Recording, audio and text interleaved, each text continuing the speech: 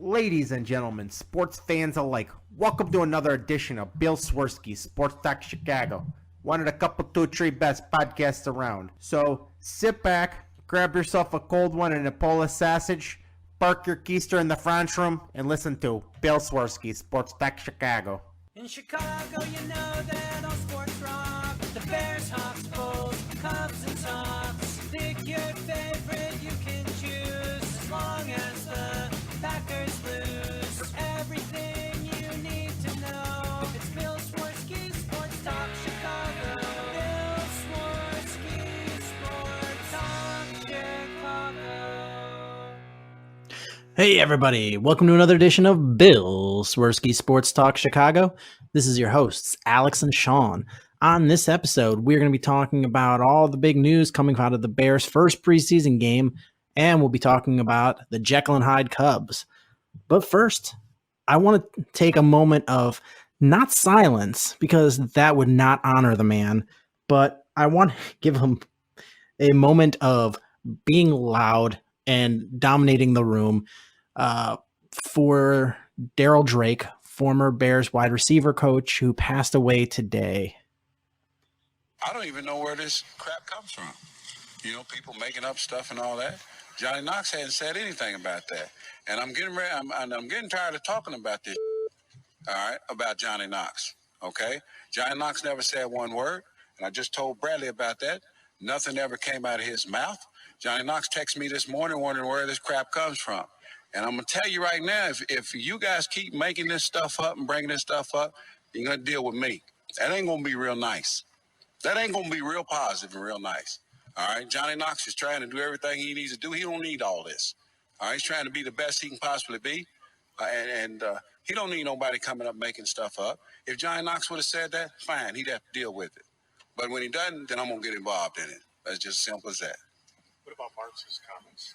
I didn't read March's comments. I didn't read them. I have to read them for myself. Don't care what it said he said. I have to read them for myself. Then I may say something about it. I will read it. I don't want you to tell me what he said. I will read it myself. You understand what I'm saying? I will read it. All right, then. That's what I said. That's what I said. I said I will read it. All right? Well, don't you tell me what I need to say and what I don't need to say. All right? You ain't trying to help me. All right? I'm pissed off because Brad Biggs is right. It's not true. So don't tell me what I don't give a what he said. You understand what I'm saying? All right, then. You don't tell me what he said. All right? I'll read it myself, and then I'll expound on it. Okay? If you're mad at Brad Biggs, that's fine. But I didn't do anything. Then if I tell you I will give you a comment after I read it, that's what I mean. You understand what I'm saying? All right. Okay? How's Johnny doing? Doing great. He's doing great. Doing great. He's doing fine. All right? He's doing fine. This interview's over. Thank you. So rest in peace, Daryl Drake. I was really surprised when I heard the news. I was too. I still don't know what happened. Yeah, I don't either. But I mean, he wasn't that old. He was 62. So all of a sudden, he I don't necessarily think he was the best coach ever, but boy, was he was an interesting interview. Oh yeah, I mean, he was full of personality, and it seemed like he was respected by a number of people. Even as you said, maybe he wasn't the best coach, but you definitely like to listen to some of those sound bites. Yeah, and he was really well loved. I mean, he was a coach with the Pittsburgh Steelers, and he was really well loved over there. So this is a kind of a shock. So rest in peace, and my condolences to the Drake family on their loss. Right there with you. So do you want to jump into the Cubdom, or do you want to talk Chicago Bears? Why don't we start with the Bears? I felt like since they had their first preseason game this week, it's kind of what a lot of people are listening for. Yeah, I think so too. So yeah, like you said, we had the first preseason game, which was a loss to Carolina, and I saw some people that were annoyed with, I'm not gonna say upset, but bummed out, maybe not happy with the loss. And I don't understand why. Like, who cares? Mitch Trubisky played one series, didn't throw a pass. Most of your starters didn't play. It doesn't matter. It doesn't count. I don't understand why people were upset. The Detroit Lions went 4-0 in the preseason. Do you know what happened after that? 0-15 or 16. Mm-hmm. I mean, there's really nothing to be upset about. I think if you just look at the game, when you look at preseason games, I think the most important things to look at is like individual performances that you want to see. And even those don't matter that much. You're just kind of looking at the raw ability. I think the biggest story coming out of this game for me was David Montgomery. I mean, wouldn't you say? Oh yeah. Here's my takeaways, and it involves one player. And then, here's my takeaways. 1, Mitch Trubisky won't throw a pass in the preseason, and I'm okay with that. Yeah, probably not. 2, the interior of the offensive line is going to be solid. 3, we were healthy coming out of this game. That's the most important thing. 4, I don't know. Number 4 might be the most important thing. Khalil Mack makes a fisherman hat look awesome. Fair. 5, I really liked how the defense swarmed to the ball and gang tackled. That's what that's a big point we've been making on this show is we think we're going to see that kind of coaching from Chuck Pagano. And when you consider who you have rushing when you're playing real games, you're going to see some good things. Yeah. And number 5 was David Montgomery. And so, yeah, I mean, we didn't see a ton from him, but everything we saw just basically reinforced what we were hoping to see, what we were told we were seeing in training camp, and it's what we saw in the preseason game. So it really gives credence to everything we hear and the expectations we have for him, that we saw it in that short stint that he was in, and he looks really good. I mean, case in point, we're seeing things that, not a knock on Jordan Howard, is they have different skill sets. But there was a play where Montgomery bounced the ball to the outside and scored a touchdown, and it was clearly meant to go towards the right side. He saw there was no hole there and just bounced it to the outside, the left side, and took it in for an easy touchdown. Where we're used to seeing Jordan Howard's going to plow that right into the back of the offensive lineman and go for no gain or a loss. Well, I mean, look, Dave Montgomery doesn't have like the power that Jordan Howard has. We're not talking about speed. We're talking about power. Jordan Howard was a power back, and I mean, he still is. He'll be with the Eagles. But you don't see the footwork from Jordan Howard that you see from David Montgomery. I mean, if you ask me what the most impressive thing from Montgomery is, it's the footwork. Just watch the raw tape of him just, avoiding those yellow and orange cones in training. It's impressive stuff. Now, David Montgomery, I think the biggest question with him is he going to be able to translate his playing style in the NFL? He's a guy that can rely on basically eluding guys, but those, the eluding is going to bring some contact. So he's not a guy that's going to burst like Gale Sayers, but he's going to be nimble. He's going to basically physically wiggle his way through defenders. I think the biggest question is that going to translate in the NFL? Because obviously NFL defenders are a lot bigger than college defenders, but if you look at the raw ability he has, I think there's reason for optimism. Absolutely. Another thing to take away is the vision that he has. There's a lot of people that played running back in the NFL that were absolute physical phenoms that didn't put into production, what they had as physical characteristics and traits and athletic ability. There's a lot of it that goes into it, that is being able to understand where your blocking schemes are, where the holes are supposed to be, and if they're not, where to look if you see a hole closed, where to look that you are physically able to cut back to that might have an open hole, and being able to react to that. I mean, Emmitt Smith became one of the best NFL running backs, not because of his athletic ability, because he is not even in the top, 50 running backs of all time as far as athletic ability. Nowhere near. Wasn't that fast, wasn't that big. But the vision he had and the ability to use his blockers to his advantage, fantastic. And that's a little bit what David Montgomery has. He's going to, you see he knows where the hole is supposed to be. He knows where he's supposed to go if the play is run the way it's supposed to be. But he also has the ability to take it to another hole if something opens up, and cut back lanes and things like that. And he has the physical ability and the footwork to be able to do so. And he knows what he's able to do and what he can't do. And he plays within the limits of what he can do and utilizes his skill set. And it really fits well with what the Bears are trying to do.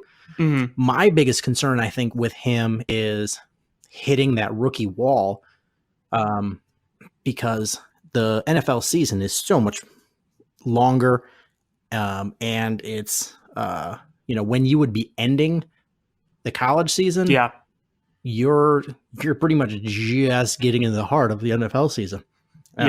But the good thing is you're probably going to have 4 running backs on this team, and you're going to be able to take the load off of him, with Tariq Cohen, with Davis, and either Ryan Nall or Kareth White. Early prediction, who do you think makes the roster, Nall or White? Kareth. I love that name, Kareth. I do too. And I like that White is spelled with a Y. Yeah, I noticed that. That's pretty dope. That's an awesome name. Yeah, I'm going to go Kareth White because I know fans... Because of his name, just say it. Because of the sweet name. No, I know the fans really love Ryan Nall, and he gives you that, hard-nosed, blue-collar, bring your lunch pail to work kind of Chicago, thing that the fans love. He's a pure Chicago running back. He is the embodiment of what Chicago fans love. I mean, he is that guy. And I understand why the fans want him, but look at Kareth White. He is lightning fast. I mean, he might be the fastest guy on the Chicago Bears. And with that speed, he plays special teams. He can return kicks. I mean, you don't need him to as the primary guy, but no, you have Cordell Patterson. Cordell Patterson to do kick returns. You've got Tariq Cohen to return punts. But what if, God forbid, one of those guys gets injured? He can, last year you had really struggled on who was going to return kicks and punts when you didn't have Tariq Cohen. Yeah, Benny Cunningham there is just is your primary guy. So he can return kicks. He also brings, as another barn burner kind of guy, is that you could hand to him and he can take it to the house. Yeah, I think that's fair. So I think, you can't teach speed. So no. I think with his special teams ability, I feel like he's going to make the squad. Plus, and this is not a knock on Ryan Nall. I think he would be fine if, Kareth White got hurt or something, and it would. Yeah, you can fill a hole with him. Yeah, but he just doesn't want to be like a primary guy. So you take Ryan Nall as your 4th running back, but here's my thing: is if you put Kareth White on your practice squad, I feel like somebody's going to take him. Mm-hmm. You put Ryan Nall on there, and I don't think anybody's going to take him. So I think that's your better play, is to be able to keep both guys. If you, assuming you keep seeing good things from both of them. Yeah, I think that's a fair assessment. I do. While we're on the running back conversation, what I really wanted to talk about was, in addition to Montgomery, people were saying, oh, can he be a 1,000-yard rusher? My whole opinion is I don't think you're going to see any 1,000-yard rushers just because of the way I think the running game is going to be spread out. If you didn't have Davis, who I think is actually a very under-the-radar nice move by Ryan Pace, if you didn't have him, and it was just like Montgomery and Cohen as your top two guys, I think, there was maybe potential for a guy like Montgomery to get 1,000 yards, but I just think things are going to be spread out so much, he's just not going to be able to get there. I don't know what your opinion is, but that's always kind of how I felt about it. As soon as they drafted him, as soon as they signed Davis, they said, okay, these are going to be your primary three guys right here, even though I think Cohen is going to be used a lot more as a target. But, he's still going to get his runs in. And then Davis is he's the kind of guy where you give him the ball and he could burst with a nice run. He's not a barn burner, but he has some decent quickness to him. So I just think it's going to be spread out nicely where I just don't think anyone is necessarily going to reach that mark. It's not like the John Fox days where Jordan Howard was just getting pounded time after time after time. It's not going to be John Fox where you just pound the ball, but it's not, I think you're going to see a more balanced offense with the Bears this year. I agree. Even though this is becoming a much more pass oriented league, you still have to have some sort of balance. And I know it used to be 50-50 and I don't think you're going to see 50-50, but I think you're going to see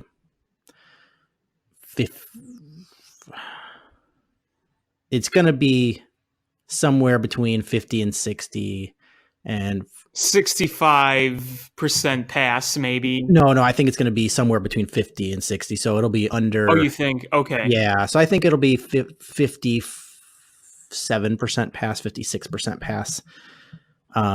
Okay. And so you are still going to get significant, number of runs. The hope is that your offense is productive enough that you are having more plays total, a lot less 3 and outs, a lot more sustained drives. So you're going to be picking up number of runs, thereby more rushing yards because of the sheer number of runs you have. And I think that's where you're going to see it. And if you kind of look at Matt Nagy he was with Kansas City in 2017. Kareem Hunt ran 272 times for 1,327 yards. I don't think David Montgomery will get that many carries. I don't think so either. I think he will get a significant number of carries.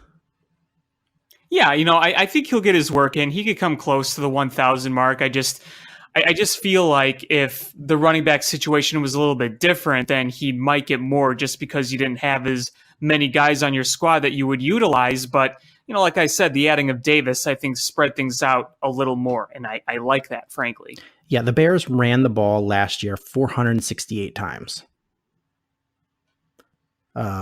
How many times did they run in the John Fox years? The 2017, I'm curious. Oh, let's find out. I think the numbers wise will probably shock you because they didn't have a lot of sustained drives. That's true. You do have to account for that. Maybe I guess the number isn't what you want to look at. It's more the percentages. Just to give you an idea. 422 rushing attempts. And then how many did you say last year? Last year was... It was 400 something. I know that. It was 468. Okay. So yeah, technically they did run last year more, but like you said, they sustained way more drives last year. There is a big difference there. Absolutely. 3 and out, time to punt. Yeah, I just picture John Fox's Eeyore on the sidelines. he's having his monkey call plays. All right, Jasper, what do you want to do? The monkey just points at the banana that's next to the run card. Okay, good choice. Yeah, just point to the play you want to run. It's 3rd and 19. Yeah, we'll do a halfback dive. That seems like a good choice.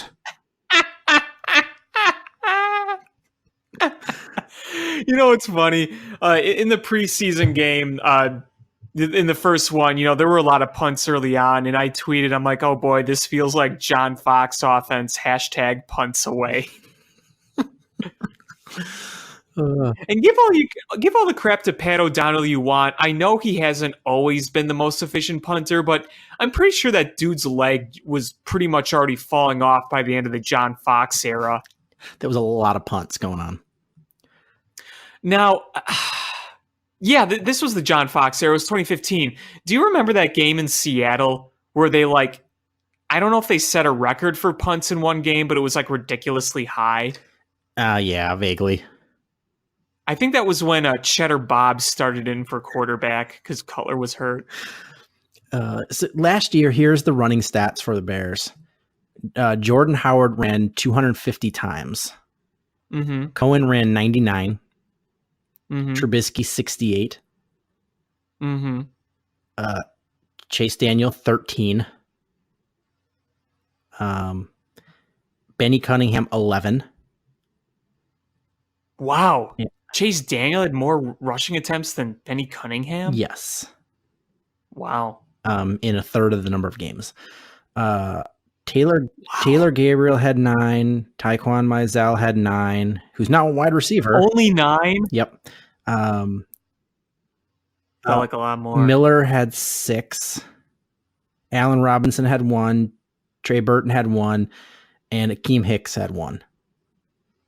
Yeah, that was a touchdown. Yeah. So I feel like Mitch Trubisky's numbers might go up from 68. Not significantly, but I think they will go up. I think Tariq Cohen's total number of rushing attempts might go down a tick. I see him more as being a target than right. He's going to be. I think he's going to be in on more plays, but I think he's going to be. They're going to move him around quite a bit. I agree. And I don't know if anybody's going to get 250 carries. I think Davis is going to take a chunk of those, but I think he's going to take some from Cohen, some from Montgomery, and I feel like Montgomery's probably going to have 2 to 220 carries. Yeah, I can roll with that. Which I'm going to go. Let's go. Yeah, 220. I'm going to say he goes 850 to 1,000 yards, or somewhere around there, and I think that's a huge victory for the Chicago Bears. Yeah, I think if he gets because if he goes 4.5 a carry for 220, that's 990. Yeah. And that is definitely not out of the picture because that's what Tariq Cohen ran for last year, 4.5. Mm-hmm. And sure, you can be like, oh, look at all the ones that he broke off, and his long was 10 yards less than Jordan Howard's long. Wasn't Jordan Howard's long in week 17 in Minnesota? He broke off that huge run when Kyle Long came back and opened up that nice big hole for him. I don't remember if that was his longest or if he had another one, because I think he had another long one, but it was 42 was his long. There are long ones I could think of for from his rookie year, but maybe I'm missing one from last year.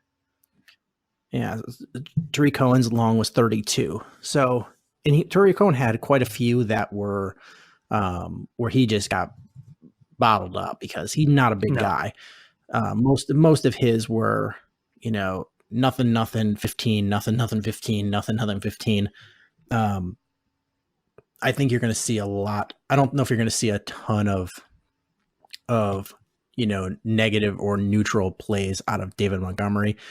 I think you're going to see him fall forward for a yard or two. So I think 4.5 a carry or more is very realistic. So that with that number of carries, 2 to 220, that puts him at, even if he goes 200,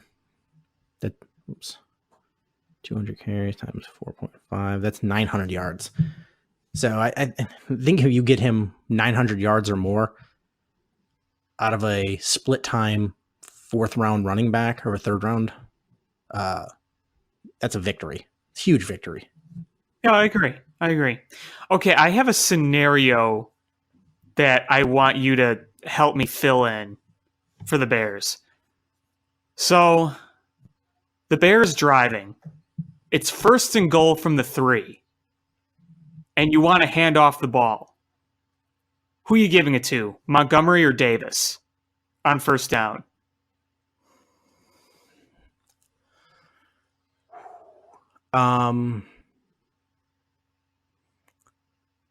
Is it early in the season or late in the season?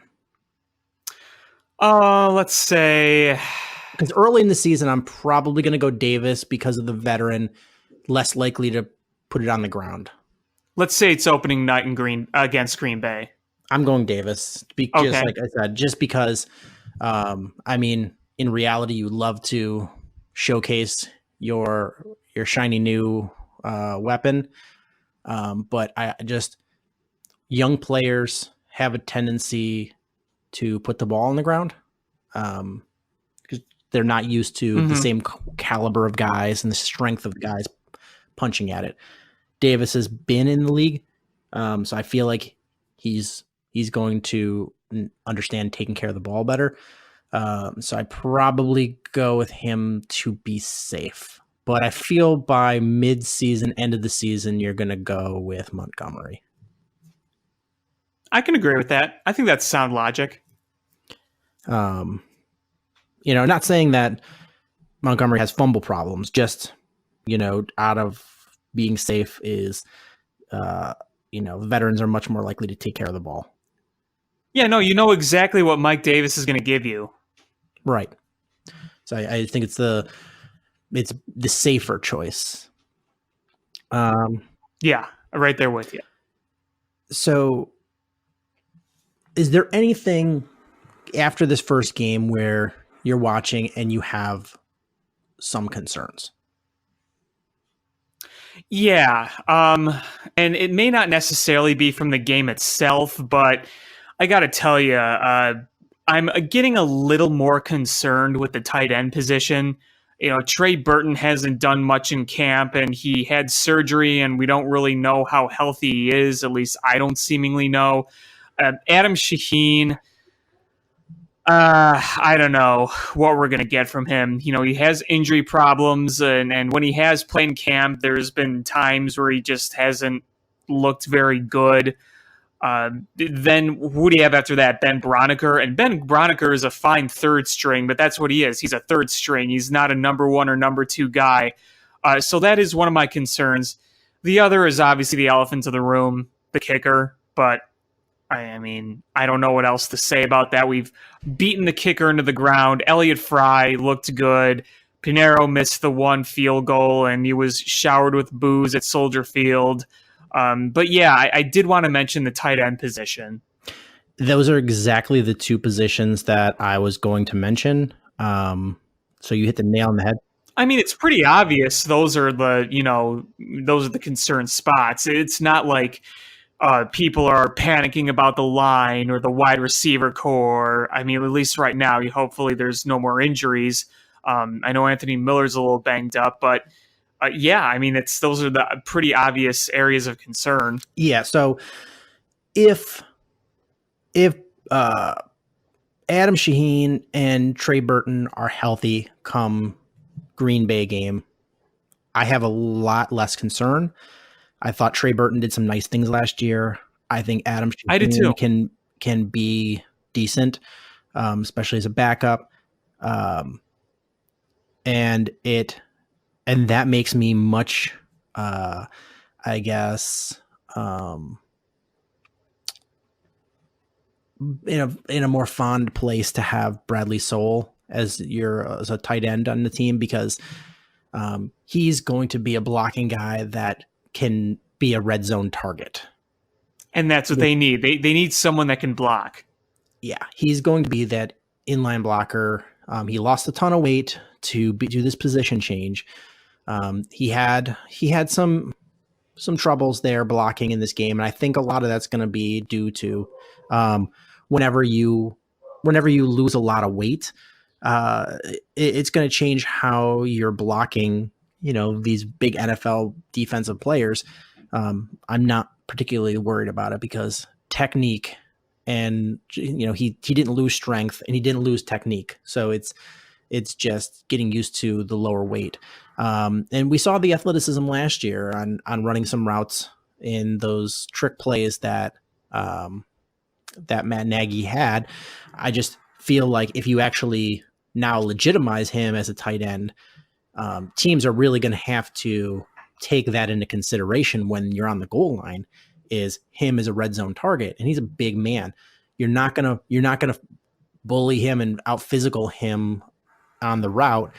And if you throw it up high, he's going to go up. He's going to be a lot more likely to go up and get it than some 5'10", cornerback or a linebacker that's already trailing him on a play. So I think in that situation, it leads it to a position of strength rather than a position of weakness. But if you're missing Trey Burton and or Adam Shaheen and you're forcing Bradley Sowell to the front of the line, then I have some concerns. I think he's a situational tight end, not a normal regular use tight end. And like you said, Ben Broniker, he's fine for what they've used him for, but I don't necessarily want to see him in a lot more action. You've got a bunch of undrafted rookie tight ends with Dax Raymond, Alice Richardson, who were I was very high on as far as bringing in. I thought there was wins to bring them in, but again, you undrafted rookies, you never know what you're going to get. Right. So tight end position, as of now, a little bit of a worry on my part till we see the health of some people. And the kicker, again, I feel a little more confident with the kicker situation. Eddie Pinheiro makes me a little nervous, but I feel a lot more confident with Eddie Fry.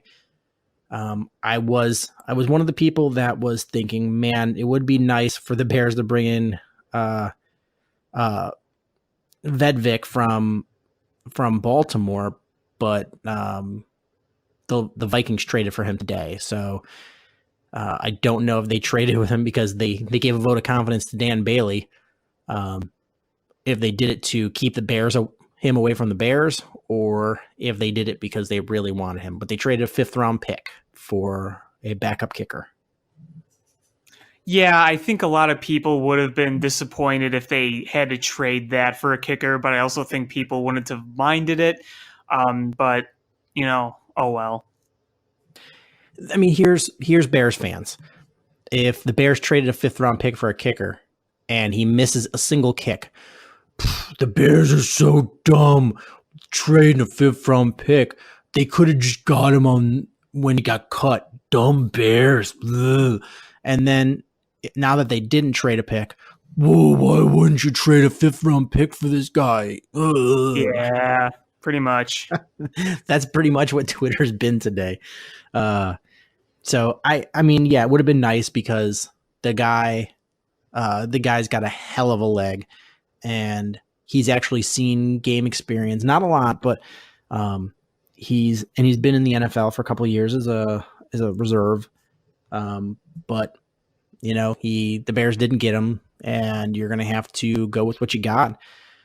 And we're sort of running out of real estate on this. I have a feeling that they're not, unless these two guys just totally implode. I don't see them really going after Matt Bryant or any other veteran kicker. I have a feeling that at this point it's one of these two guys, and to me it's looking like Elliott Fry. Yeah, at least that's what it looks like right now. And if he keeps kicking and kicking well, he's going to make a stronger case for him. Right. And like I said, what did we get? Robbie Gould from a construction site.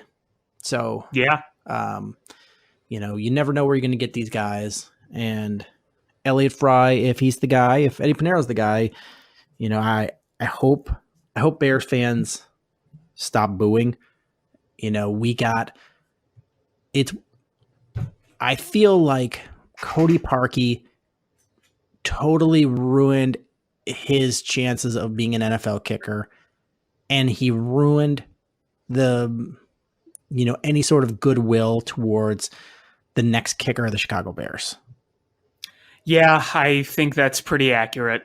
I feel like the sins of Cody Parkey are going to be carried on for a long time to whoever. Yep. It's going to be one of those situations where, if whoever the next kicker is, if it doesn't work out for whatever reason, that's going to be, the Bears could have had Robbie Gould. And now it's going to be, then they had Cody Parkey. Then they brought in 19 kickers on a trial basis. And then they got this guy. And it's going to be the national media's focal point of everything. And yeah. Fans are going to feed into it. And you know what is Cody Parkey was a very good kicker that came into the Bears and just really pooped the bed. He deserved to get cut based on his kicking and the personal responsibility and the actions he took afterwards. So judge him, judge that situation. Don't judge the Bears' next kicker, because you know what? There's going to be no kicker that goes perfect next year. In fact, most kickers are going to miss an extra point next year. Judge them based on the overall body of work. If whoever is the next kicker, it only hits 75% of their kicks and they miss some big ones, you know what? Then go ahead and boo. But if they boot one in the first quarter and the Bears end up winning, or they lose by 12 and it's not a factor in the game, give that guy a break. Mm-hmm. Yeah, I think that's the best way to put it. So just have a couple more Bears things.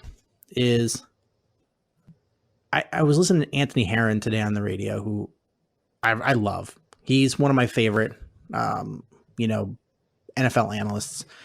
I think he just does a fantastic job. But he was talking that this might be the last year. And he said the Bears have a window, which I agree with. But he said this might be the last year in the window where they have, a lot less, I guess, any sort of locker room issues, because he said, once you have expectations and if you start losing when you have expectations, there gets some strife. And if you start succeeding, people are going to then start being upset about their contracts, and you're going to have contract issues that cause some, not necessarily like locker room cancers, but like definitely distractions. Tension and distractions. So he said this might be the last year in that window where you have that full harmony like you did last year, which I thought was a really interesting point. Yeah, no, I mean, it's not really something I thought about, but it is definitely valid. I think, when you're a young team full of first and second years and you're finally good again, everything is peaches and cream. Everything's good. You love each other. Everything's going great. But as time moves on and guys get better, guys do more, some people's weaknesses get exposed, and you go maybe through some rough times. Yeah, attitudes do change. There's no doubt about that. and the expectations are as high for the Bears as they've been in a good 5+ years. Yeah, absolutely. And last year there was really no expectations of the Bears. I think from a national point of view, most people assumed that they would be battling it out with Detroit for 4th place in the division. Mm-hmm. Yeah. Oh, yeah. And the Bears were one of the best teams in the NFL.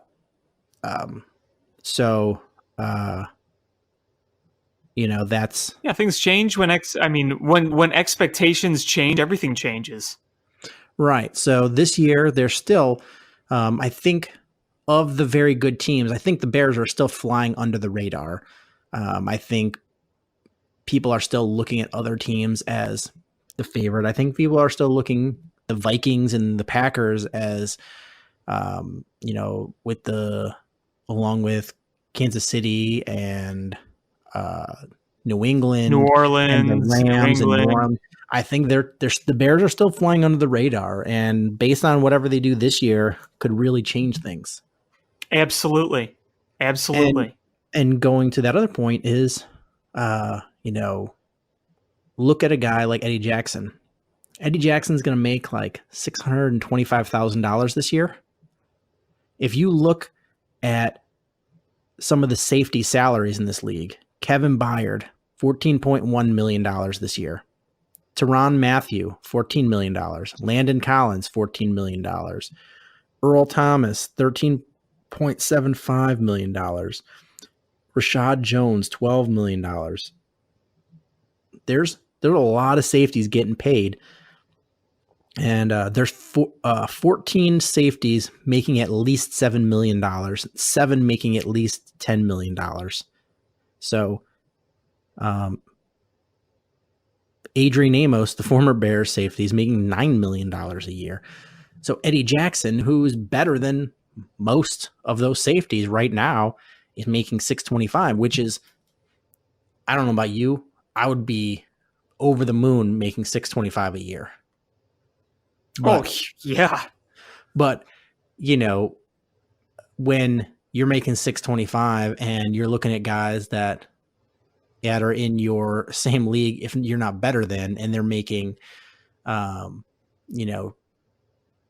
times or more as much as you, then you start going, meh, when do I get my contract extension? Yeah, those are all factors. I don't really want to worry about that until we get there, but it's something to think about. If you're not to look at it from a worried perspective, but in a proactive perspective, of the Bears' young players, who do you rank as the ones to get an early extension on? Like, who are the ones that you're like, all right, they're up for an extension. I feel they deserve it and they're due for it. I think Eddie Jackson is one of them.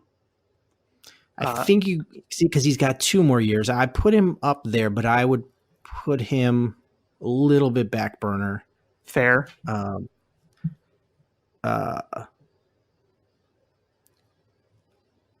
I would probably put. Roquan Smith is only going to be in his 2nd year, so I don't think you're really thinking about that yet. Akeem Hicks has got to be coming up on a contract, contract. That's one you got to think about. Sure. Is what do you want to do with him? He's getting a little bit older, but he's still playing at a really high level for you. What about your left guard? So his contract is up this coming year? Let me look real.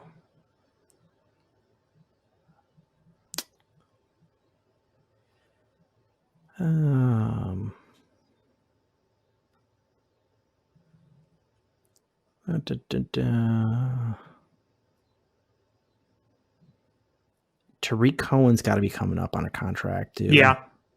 And as much as I like Cohen, Cody, I don't think Cody Whitehair. I don't think Cohen is like the top on the list. As much as I like the guy. No, I don't think so either. I think Cody Whitehair is probably, I think this is last year of his deal. So you got to look at him pretty close. Leonard Floyd, obviously, because he's on. But this is going to be the year, though, to prove if he's worthy of it, though, I think. I think so, too. But I think Cody Whitehair has proven himself. So I would. Cody Whitehair, yeah. I think you feel like you gotta do him. He's got to be right up there. I feel like Eddie Jackson has proven enough to, if you can get if I'm the Bears and if I can get him to take a much more team friendly contract, but pay him, kick him out of the last 2 years of his rookie deal, but to pay him less overall per year, I might take that. Tariq Cohen's, somebody you got to be thinking about. You got some time still left with Roquan Smith. Yeah. He's only going to be in his second year. Yeah. Akeem Hicks, he's under contract through next year too. So,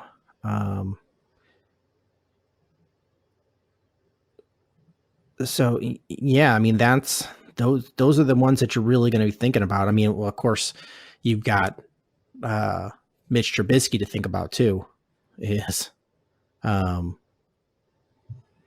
he's going to be due a contract soon, and he's the linchpin there because, he's obviously your starting quarterback, but what's he worth in an open market? Yeah, I don't know the answer to that. I don't either. And I think Dallas is going through that right now with Dak Prescott because they're like, we're very high on Dak. We like Dak. We think he's obviously our starting quarterback, but we don't want to pay him more than the Patriots are paying Tom Brady because he's not Tom Brady. He's not Aaron Rodgers. He's not one of the top 5 quarterbacks. And the issue now is becoming, it's almost getting to the point where does the league just set the starting quarterback salary, like a max value, like here, and then don't include it in your salary cap? Because it seems like every quarterback who's to do a new contract, it just gets the highest salary. Look what Stafford got some astronomical, contract extension, and he's not good. He's okay at best. Yeah, it may come to that. Especially now that it's such a passer-heavy game. I wouldn't rule it out.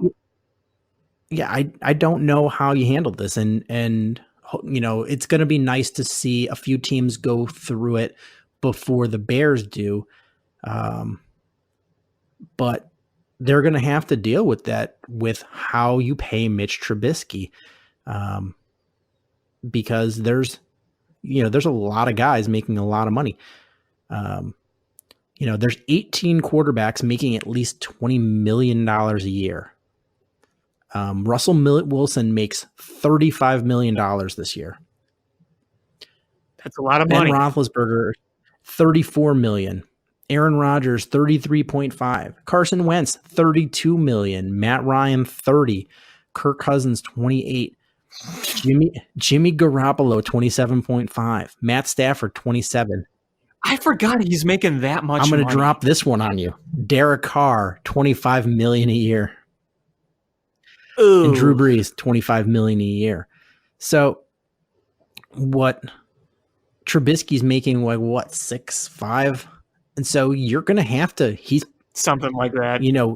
He's going to end up wanting that kind of money.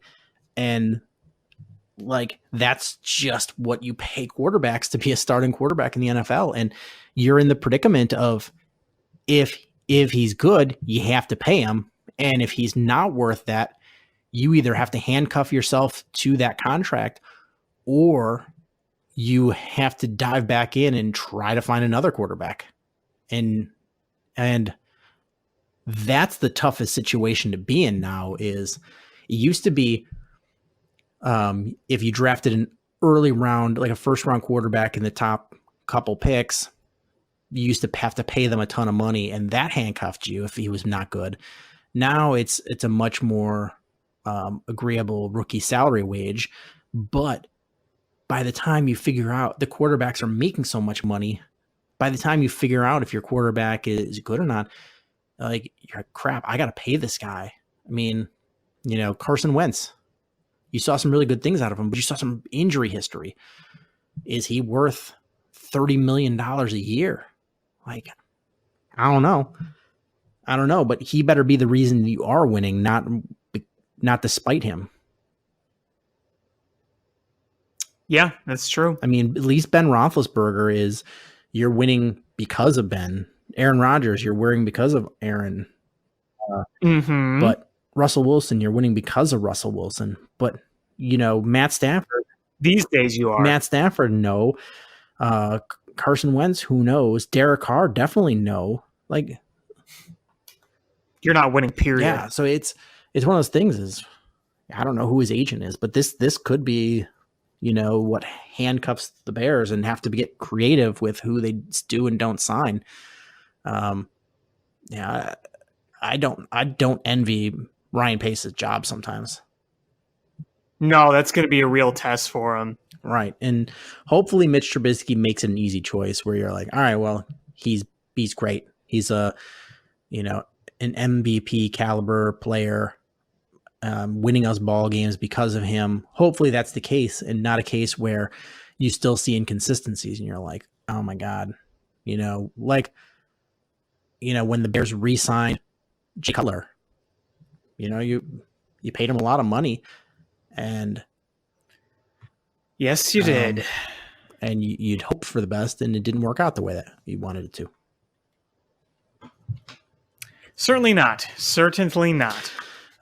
So, yeah, I mean, I guess to wrap this up is we're not going to have a lot to talk about during this preseason because you are not going to be seeing a ton of the Bear starters. We're going to be talking roster spots and things like that. Pretty much, yeah. So I'm not going to be as chock full of analysis when it comes to preseason games as we watch Jimmy McGee and Ian Bunting, Laquan and Munch Nucknet, playing out there on the field. But let's talk games that are truly mattering right now, and that is the Cubs. Mm-hmm. So when we last talked, we were like, okay, we got a tough series at home versus the Oakland A's, and I think they did a good job. I mean that loss that they did take, they took 2 or 3 in the series, but that loss they did take was an ugly one.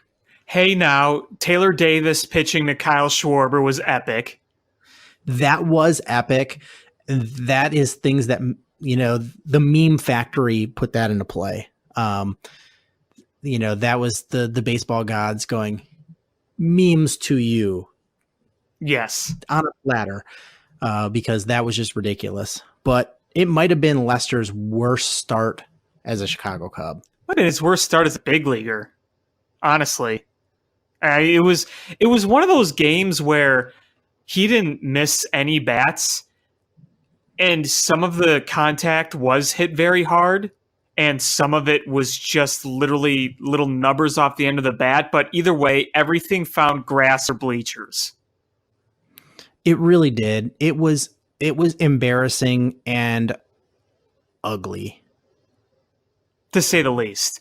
Now, it was one of those games where I wasn't that mad because I'm like, the Cubs haven't gotten their asses beat at home in a very long time, and people were freaking out about John Lester, saying, oh, he's old, he's washed up, yada, yada. And look, yeah, he's not the ace he once was, but he came into that game with a 3.86 ERA, a FIP of under 4 at 3.99, and a Ks per nine of like 8 something. I mean, he's had a very odd season. Like it's I can't remember, I think it was Matt Spiegel on The Score this morning said he's had multiple seasons in one season, where he's had stretches where he's looked very good and he's had stretches where he's looked very bad. But the thing is, you look at his overall numbers, a lot of it is ballooned right now. I'm talking about right now. That bad start really ballooned his stats. I mean, that's the whole point I'm trying to make. As inconsistent as he's been, overall, going into that game, he was pretty solid for what he was at his age with the miles on that arm. To me, it was nothing more than just a really terrible game. Yeah, I'm not going to overblow it and blow it out of proportions or anything. But I also have a little bit of concern of what his health is, because you're not gonna turn into a bad pitcher in the middle of a season. And he started off the season fantastic. So, you know, it just gives me concern of what is the issue. Is it a mental thing? Is it an injury? Is it fatigue? Is it dead arm? Did he tweak some sort of mechanics because of an injury issue? You know, was he having pain and tweaked some of his mechanics and now he's having a hard time getting back to where he was? I'm just trying to figure out what the issue is, and to kind of gauge my level of concern from it. If it's, oh, you know what, he's just going through a little bit of a dead arm period, we'll work through it. Not concerned. Veteran. If you're like, oh, he's got shoulder soreness and he's trying to pitch through it, maybe I have a little bit of higher level of concern. If we saw a huge dip in velocity, then yeah, I'd be a little concerned. I mean, you look today. John Lester threw a quality start today. I thought he looked pretty dang good today. The one home run he gave up to Suarez was a good pitch. He just went out and got it, and they play in that goddamn ballpark in Cincinnati where pop-ups fly out of the ballpark. Heck, you could bunt for a home run in that damn place. So, I mean, for pitching in that ballpark, for pitching as well as he did today, you know, I thought it was a really nice bounce back performance. I mean, every year John Lester has that one start where he just gets his ass whooped. It literally happens every year. And if you look, like his first start in August, literally every single year, like, or his first or second start, whatever. Either way, if you look back at each date in early August he pitched, there's one where he just gets his brains beaten. And I just think it was nothing more than that. Yeah, I mean, after today's start, I'm much less concerned about it. The A's are a good team too, you know? They're a good team. They're a very good team. Yeah, they have a better record than the Cubs. I know, isn't that crazy? And with nobodies, which is weird. But anyway, so yeah, I'm a lot less concerned after we got a quality start from him. I know people, you know, the talk show hosts were entertaining the idea of, does he even make it on your postseason rotation? That's ridiculous. And that's ridiculous. And maybe if you get a couple of these clunkers in there, it makes you consider where you put him in the starting rotation. Sure. But John Lester goes into your postseason rotation if he's healthy. And look, I've really loved watching Yu Darvish lately. He's looked a lot better, and I'm glad he's finally pitching like the pitcher he is. But I think it's ridiculous when you're a Cubs fan saying right now that they'd rather trust Darvish in the postseason over Lester. Really? I bet you a month ago you were not saying that. A month ago, 90% of Cubs fandom wanted Yu Darvish off a potential postseason roster. Like, come on. I mean, and you know, early in the season, everybody kind of just wrote off Quintana on it. And Quintana has been really good for the last couple months. That start against Oakland he had was fantastic. Oh, yes. And here's the thing is, so with all of the injuries in the bullpen and the state of the bullpen, going into that Tuesday game against Oakland, I was saying we need a big time start from John Lester. And I think that was my biggest disappointment is we needed him to step up and go 7 innings strong and give us a good performance. Ideally in a perfect world this is usually the spot where in the previous years where Kyle Hendricks has come in and pitched a complete game or pitched 8 innings and you're like, okay, gave our bullpen a break. And that's the kind of game I was looking for from John Lester. And I think that kind of, him getting his head beat in only going 4 innings just really, I think it was more the 4 innings that for me than anything else. And then you had Wednesday, Quintana stepped up and gave you the start that you were hoping Lester would give you. Oh yeah, it was, I was at work, so I didn't see it live, but I saw, I watched the whole replay through, and that was one of his best starts of the year. When you consider the opponent, you consider the state of the bullpen, that was definitely one of his top 3 starts of the season. So, good work for him. I was thinking about a potential postseason rotation the other day, and I think the way you put it together is all going to depend on where you're playing and who you're playing. If you open up on the road, I'd rather have Kyle Hendricks starting game 3 where he's much better at Wrigley Field than on the road. But if you're at home, you change it a little. Yep. I was screaming that same thing towards my radio in my car the other day. I was like, if you end up playing a series where you are, I guess if they're the second seed, which I don't think they will be, but anyway, if they do end up getting the home series, then yeah, I might shuffle this around and I might give Hendricks that that first start because he's much better at home. But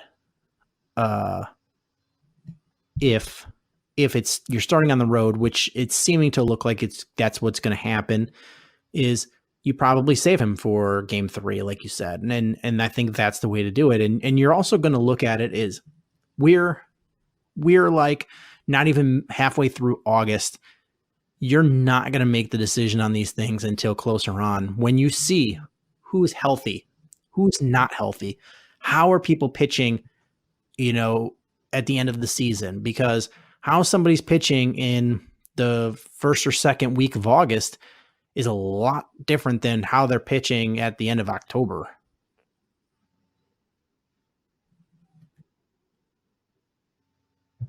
Absolutely.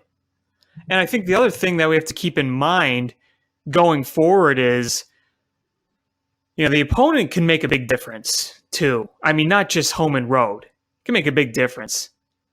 And, right now I look at the rotation, and if I had to choose who I have to leave out of the rotation, I'm kind of having a little bit of difficulty.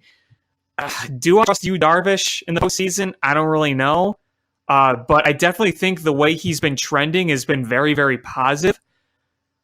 Do I trust Quintana? I don't know either. Quintana, sometimes you don't know what you're going to get. He can go out there and pitch 6-7 of 1-2 ball, or he could get shelled in the first 3 innings. I don't know.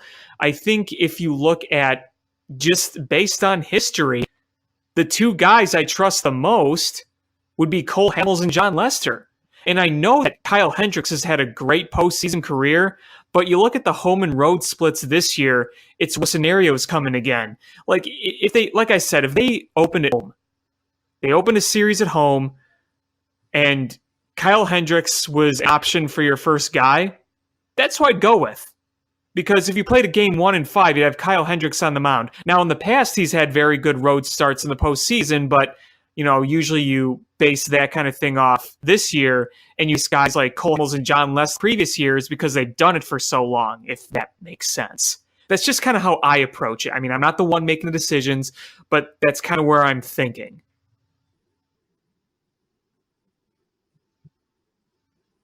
Right. I'm right there with you is, we've had everybody in this rotation at some point pitching very well. And we've also had everybody in this rotation throw some clunkers. And we're in the cycle right now where Quintana is pitching the best. Yu Darvish next. You just came off a clunker from Kyle Hendricks, clunker from Cole Hamels, and a couple clunkers from Lester, and then back into a quality start. So it's a fluctuating thing, and so you're gonna ride the hot hand. You're gonna ride, and if guys are looking similar, you're gonna trust the guy who's done it before.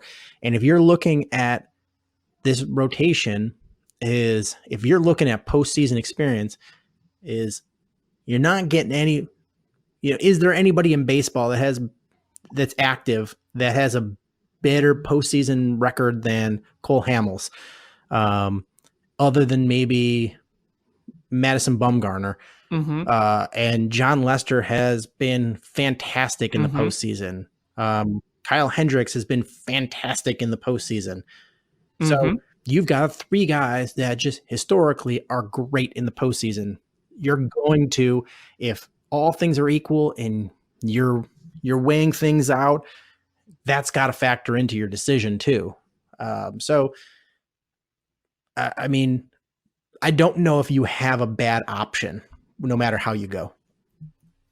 I agree. Now, when I look at the bottom of the pitching rotation, when you have to decide between Keaton and Darvish, I think the way I see it right now is if there was a guy I'd rather have coming out of the bullpen to pitch multiple innings, if I had to choose between one of the two, it would probably be Quintana. I cannot see Yu Darvish coming out of a bullpen. So that's probably why I'd put Yu Darvish. Like, say you put in Yu Darvish, he gives you 5 good innings, and then you can bring in Quintana or, somebody else to continue the way. I don't know if I'd ever picture Yu Darvish coming out of a bullpen in a postseason. Because look, Yu Darvish, if he's healthy and you're in the postseason, he's going to be on the roster. There's no excuse to leave him off the roster, even with his bad history. He's one of your highest paid pitchers. He's showing you that his stuff is good. You've seen him trend in the right direction, and hopefully he keeps going that way. He's going to be on the roster no matter what, and Quintana is going to be on the roster no matter what too. So I think if there is an efficient way to use them, that's probably where I'd look at, because Quintana has come in relief before, both in the postseason and the regular season. If you remember, Quintana came out of the pen in Game 5 in the NLDS in 2017. I don't know. Do you see Yu Darvish coming out in a bullpen scenario? I don't. No, and just hearing you say that makes sense too, because Quintana's a lefty. It gives you another lefty bullpen option. Mm-hmm. Yeah, and Quintana could give you 3-4 innings if needed. Yeah, absolutely. And the thing is, while I like all these other options, there's a very good chance that even if they're pitching well, Lester, Hamels, and Darvish are not going to give you more than 5 innings. Right. Yeah, I mean, which leaves you 4 innings for your bullpen. Exactly. I mean, I look at it right now, just the way the postseason's baseball is played, just kind of looking at who they are. I look at a potential Yu Darvish start in the postseason, and I see him going 5. Right. You don't let them in the post, especially in the postseason, see Darvish a third time around. No. And that's the thing with Quintana too. You do not want to see him a third time around. That's why I think he belongs in the pen in the postseason right now. He'd be a very useful pen piece, but yeah, I just think that would work out best for you. So yeah, you had for the most part, a very positive homestand with the Oakland A's, who are one of the best teams in baseball, record-wise. And you're like, okay, we're on a positive roll here, starting a 10-game road series, going to Cincinnati, who have just been an absolute pain in your ass all season. And you're like, can we carry this momentum? And you get that Thursday game where Hamels did not look good, but the offense came through and gave you a big win to start that 4-game series. And you had to feel, if you're a Cubs fan, you had to be feeling positive going into this series after just winning a big home series against Oakland and then taking the first of 4 from Cincinnati in Cincinnati. Definitely. And considering the fact that Castellanos has been unreal so far for the Cubs. I mean, I can't say enough about how good that guy's been. He's played, even solid defense too. He made a nice catch today. He's been slugging like crazy. The guy's hitting doubles. The guy's hitting it out of the park, and he's having good at-bats.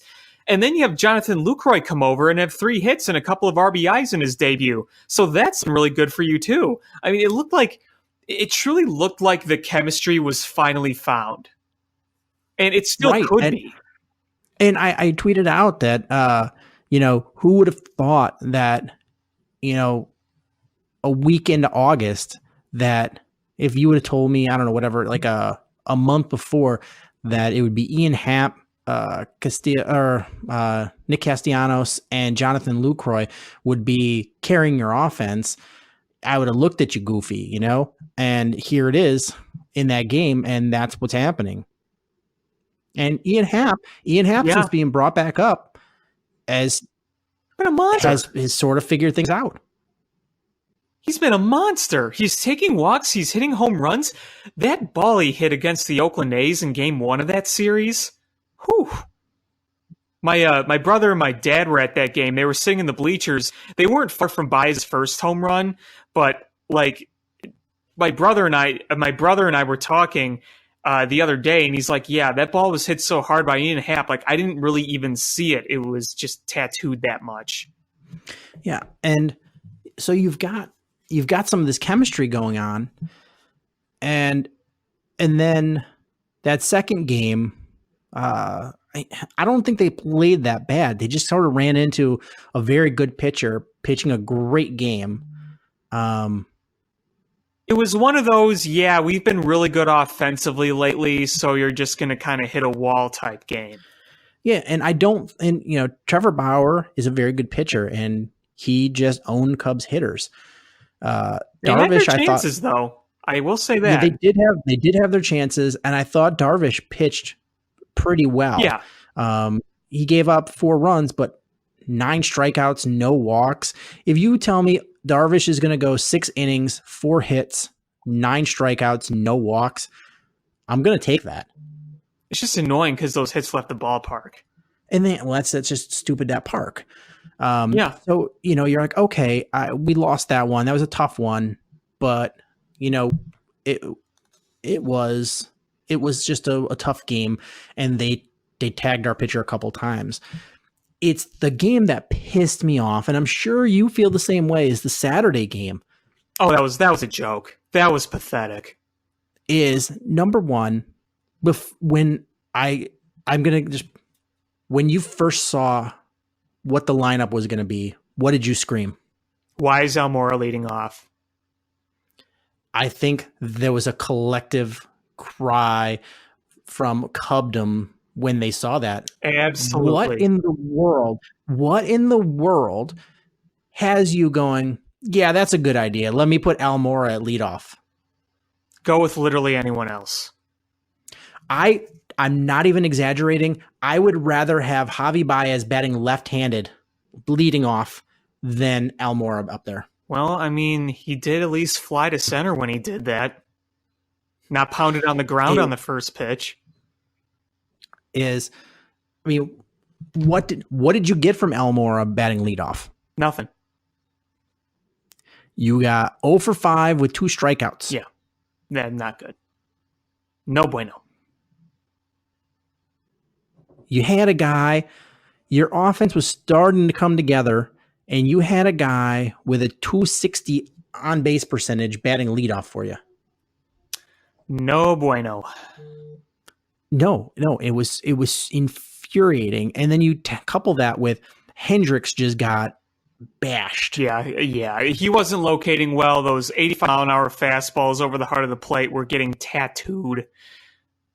Recipe for disaster. The rule should be when you're playing the Reds in Cincinnati, don't throw it in the strike zone. Yeah, especially to that Aquino kid.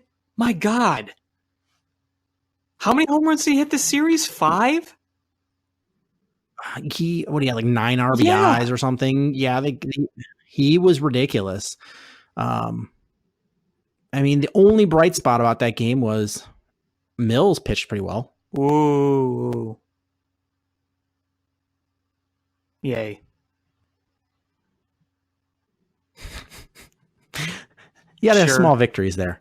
And so you're like going. I mean, what was your feeling after the tough loss on Friday to Trevor Bauer, and then just getting owned on Saturday? Like, what was your thinking going into today?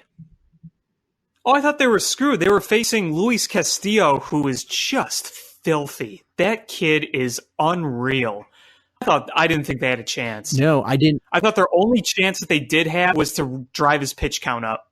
I was like, they're going to lose 3 of 4 and just keep up with this terrible, crap road record. And honestly, Castillo pitched a pretty good game. Yeah. It wasn't until Lorenzen came in that the Cubs, they tagged him and Garrett up. But they just, nothing was happening. You were not playing well in that game. You're down 3 runs and hadn't scored yet. And you're like, man, we're about to lose. I'm in the game. I'm watching this game, and they didn't start scoring runs until I had to go somewhere, and I was listening on the radio, and I got in the car. I took the dog for a walk and did a few things, got in the car, and I was like, wait, what's the score? But yeah, I was sure that there was going to be losing 3 of 4 and heading into a series with Philadelphia on the road and reeling. And they came out and, Lester pitched well. You held the game close until you can get the starting pitcher out for Cincinnati. And then you beat up on the relief pitching.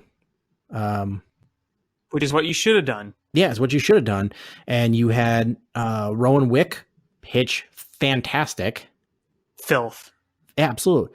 And you had Pedro Strop come in and seal the game up for you. I got to tell you, my stomach was in knots in that 9th inning, but he did a good job. He walked the one, but then got a K and a pop out and a fly out. Yeah. And, if this team is going to make a run, they're going to need, two of the 3 following guys to be in the zone. Kimbrel, Strop, or Brandon Kinsler. I don't even. They need one other guy to be in the zone. Maybe Kinsler. Steve Cishek.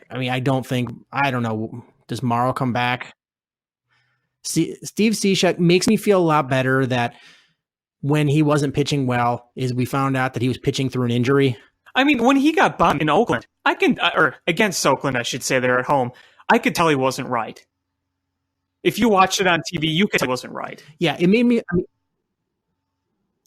I don't like to hear people pitching through injuries and things like that, but it made me feel, not that it didn't make me feel good that he had an injury, but it made me feel better that there was an absolute reason the other that thing he was is pitching through pain and an injury. Oh, I'm sorry, go ahead. And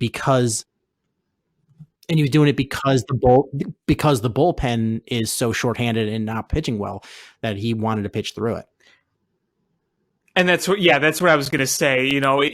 If everyone else was healthy, it probably would have been like, okay, I wish we knew about this earlier, but you're so thin right now, paper thin.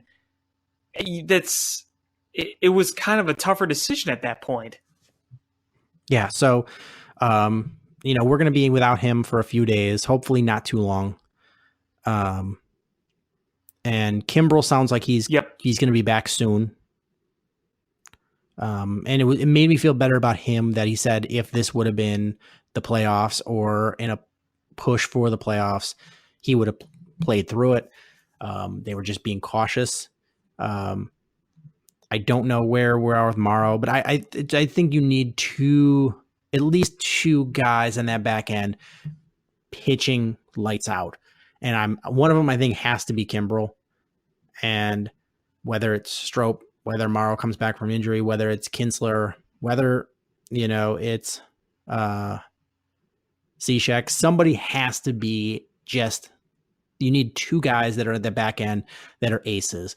I think you can work through the rest of the innings, with situational guys and matchups. Yeah, exactly. Rowan Wick has been very, very good for you. But, who knows what you're going to get in the long haul from him.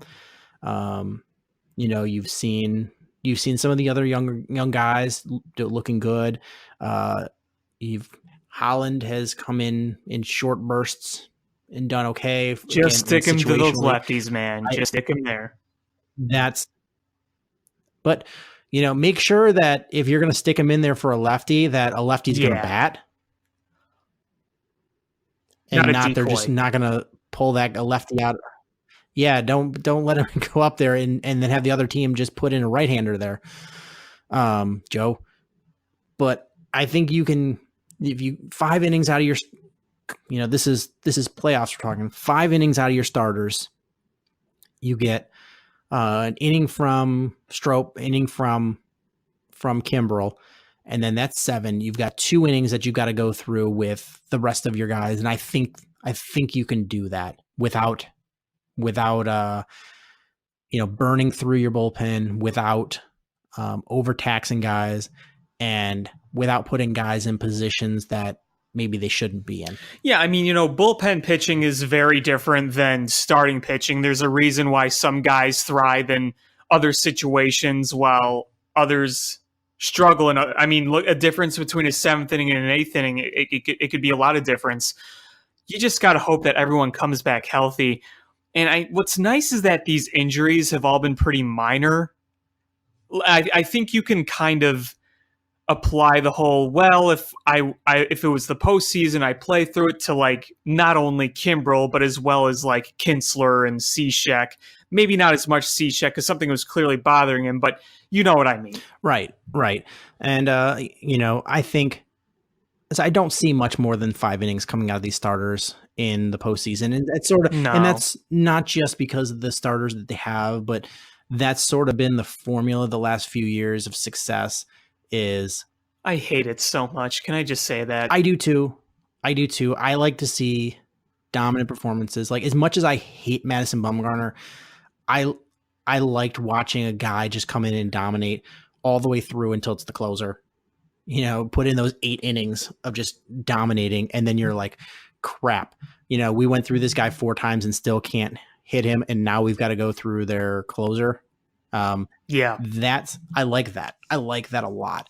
And the way I loved watching Arrieta throw a complete game. And the way the Dodgers have done it, and it's hard to argue against success. I'm not arguing that it's, of the merit of its success.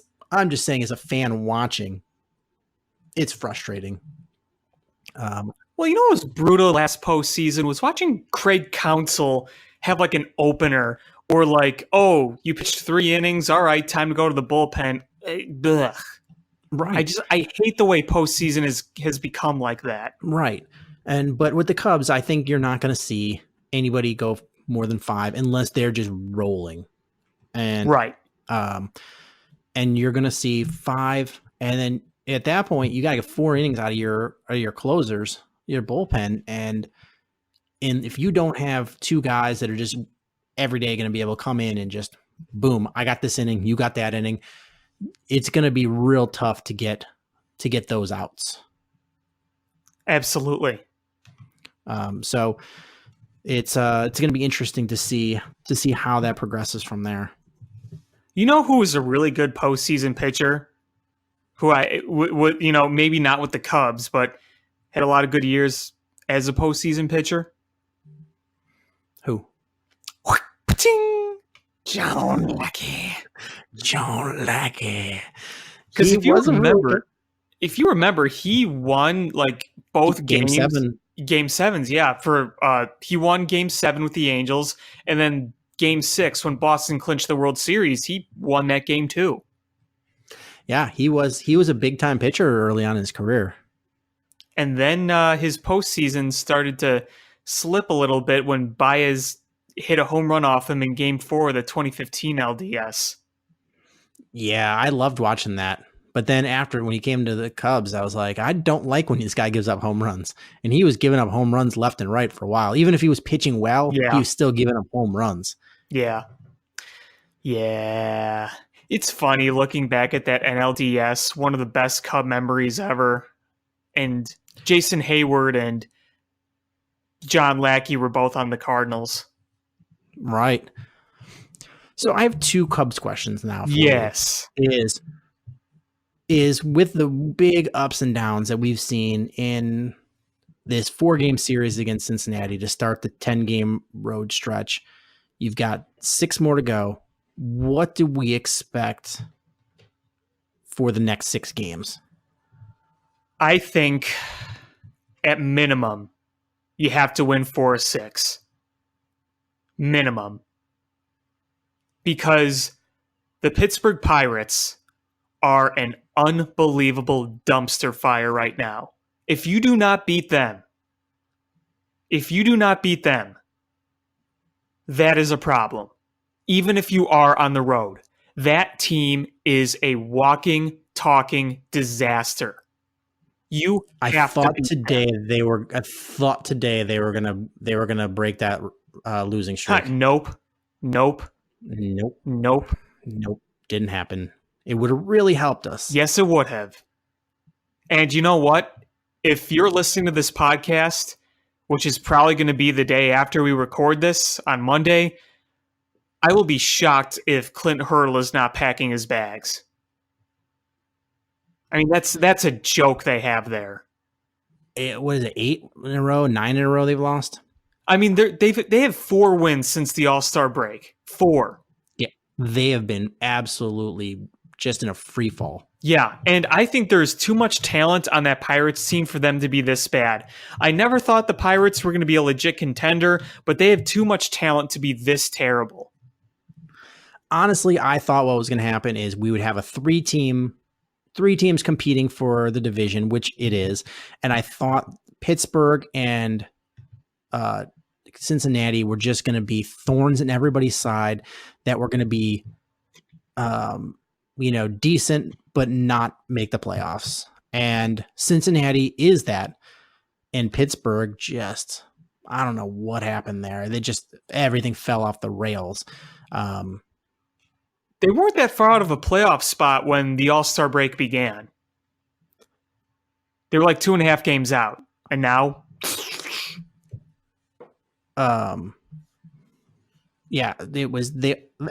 Pittsburgh started off as a team like making noise and then just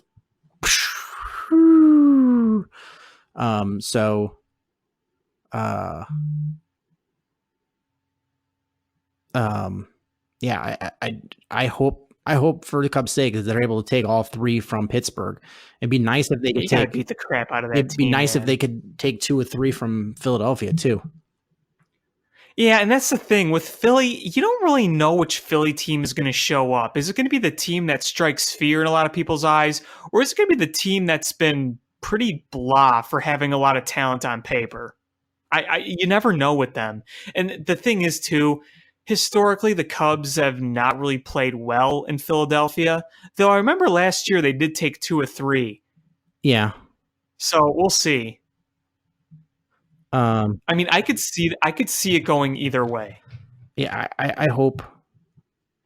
I hope that we can do this. It would, with how bad Pittsburgh has been, to not have a winning record on this road stand or this road trip is going to hurt, especially when we went 2-2 in the first 4. So, if we don't come out with a winning record, that's just terrible. I pray, and I've said this before with other road wins, the few we've had, that it was going to be this, but it hasn't been that. But can't that win today just be that turning point on the road? Like, please. That was probably the biggest win of the year. That was Chris Bryant's biggest go-ahead home run of the year.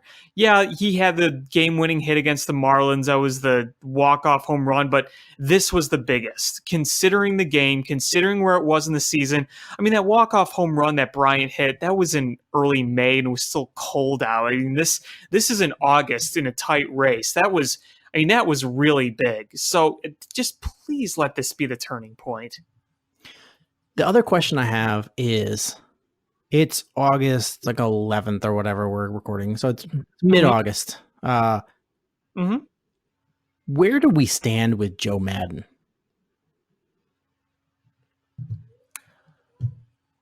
That's a good question. That is a good question. Right now, where I'm at is just, we have to let this ride out because we have no other choice at this point. I don't think there's going to be an official decision until after this is all done. My bet is still that he's not coming back next year. That's where I'm at. I feel like you can't bring him back at this point. You let the guy that was the manager for the World Series team, and you let him ride out his entire contract and then wait till the off season to do something. That doesn't play out well to me. I feel like they're going to let him play out this contract and they're going another direction. They might bring him back in some sort of capacity, but it is not going to be his manager of this team. Yeah, that's kind of where I'm at too. So to me, the fact that they have not addressed it just sort of speaks volumes. And I could be dead wrong, but what I'm hearing every time that a question comes up and both sides kind of, yeah, we're working on things. We're confident things are going to work out how they're going to work out. It just, all I hear is, yeah, Joe knows he's not coming back. We know Joe's not coming back, but we're not going to say anything official until the season's over. I agree. I'm right there with you. And I don't know I'm okay with it. As long as they don't bring in stupid Joe Girardi. No, that's not happening. I guarantee you that's not happening. If they bring in some young analytical mind, and they manage the team for the most part from the GM position, like a lot of other teams are doing, I'm okay with that.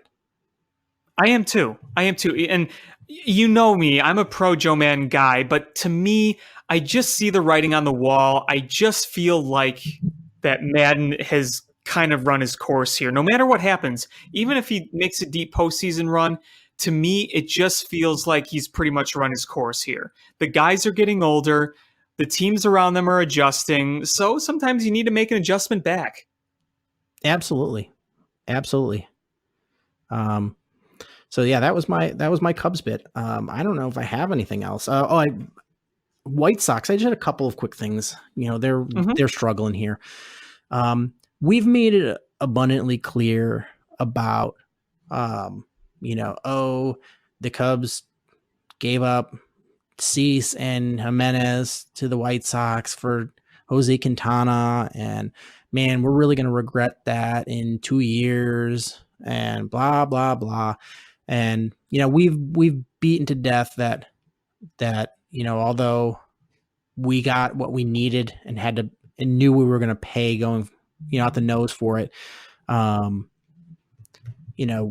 it's probably going to be painful going forward.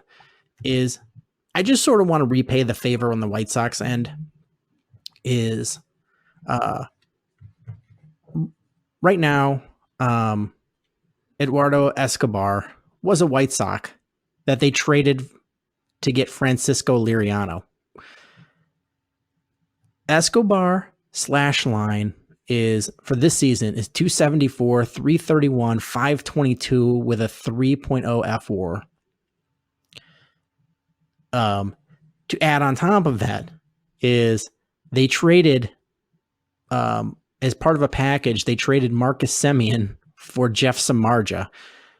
And Marcus Semien this season is batting with a slash line 275, 363, 475 with a 4.6 WAR. And yeah, wow. the drum roll, they traded Fernando Tatis Jr. for James Shields. Yeah, that was awful. And every Sox fan will tell you how awful it was. Fernando Tatis is 20 years old, 2-0. He's not old enough to drink legally in America. His slash line is 324, 387, 607 with a 4.0 F/WAR in majors, not in the minors, in the majors. Why are you torturing our White Sox listeners, man? Because you know what, we've been beating ourselves up about the Jimenez Quintana trade. I just sort of want to throw it back a little bit. That's fair. Is, you know, we've been talking about how bright the future is, and maybe this is, you know, meatball me, but I just want to kick them out a little bit while they're still down, and then praise them when they're back up. Oh, yeah. I mean, they're going to be back up very soon. But, yeah, I mean, it's not like Theo Epstein's the only one in the city that's made some trades he regretted. I mean, everyone's saying, oh, you know, Brock for Brolio, that's Jose Quintana and Eloy and Cease. No, not really. Jose Quintana's already done more than Brolio ever did. But, oh, man, that Tatis Shields trade was awful from the beginning. And my buddy Gary was arguing, well, you know, he was only 17 when they traded him. But dude, you know James what? Shields was awful, though. Yeah, you could have gotten James Shields for, you know, a bucket of balls. Or maybe a Big Mac. So, yeah, that one's the one that hurts. I mean, at least Semien is almost 29 and Escobar is already 30. So, you know, they're on the back end of their prime years. And so you're like, okay. But Tatis is 20 years old, 20. Not 21, not in his 20s, he's 20. Like a year ago he was a teenager. And he is legit. Mm-hmm. He is legit. So that's the one that hurts. That doesn't feel good. And honestly, as a Cubs fan, I would have loved to have seen him play for the White Sox. You know, I don't know how you fit him in on this team because you're pretty stacked on the infield positions, but you make it work because Tatis is going to be a special Absolutely. player. I don't really have anything else I wanted to talk about. Yeah, I don't either. I mean, there's really no hockey or basketball to talk about right now. Soon, but yeah, I got nothing right now. Yeah, so I guess that's going to do it for this episode of Bill Swerski Sports Talk Chicago. I want to thank everybody so much for listening. Please hit subscribe however you listen to podcasts, whether it's iTunes, Stitcher, YouTube, the TuneIn app, Google Play, however you listen, hit subscribe. Share this podcast with your friends. That's how we grow the show. Just send them the link. Go, hey, we like the show. It's good. You should listen to it too. Follow us on social media at ShyFanPat1, at Swerski Sports, Facebook.com/Swerski Sports, SwerskiSports.com. Thank you guys so much for listening. And until next time, bear down. Cubs win! What a lucky break! The good Lord wants the Cubs to win! We thank Ditka and God for all they have provided. Cubs win! Cubs win! Cubs win! Oh, I don't want her. You can have her. She's a Packer fan. She can't fit in my van. And she looks like number New Yorkers. Smoking crack is not legal on planes. Bears 31 to -7.